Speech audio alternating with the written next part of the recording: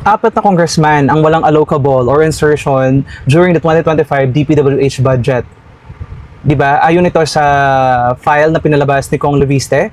Isa na doon si Davao City 1st District Paulo Duterte or Pulong Duterte, and the 3rd District, Davao City 3rd District na si Kong Isidro Ungab. Kasama na doon si Davao del Norte 1st District, Pantaleon Alvarez. At yung isa, I forgot his name. I think yung last name niya is si Olaso. Yun ba yun? Correct me if I'm wrong. No? So, di ba, even si Risa Hontiveros na binansagang clean for insertion ay mahihiya. And, you know, di ba, kahit konti yung budget na binibigay, lalo na sa distrito ni Pulong, and yet, you can still see a visible project sa kanyang distrito, mga assistance and everything. How about dyan sa district nyo? Especially to those congressmen na ang lalaki ng mga budgets. May nakita ba kayo? That's actually a question that you need to ask. Hindi yung puro Duterte lang yung nakikita nyo, no? Di ba? Nakikita nyo, ang laki ng mga budget, lalo na sa Tacloban, kay Tambaloslos.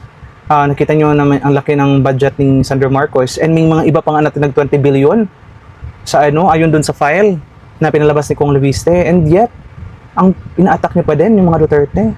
Para ba talaga kayo sa sa bayan, or naninira lang talaga kayo? It's just a question. Bye.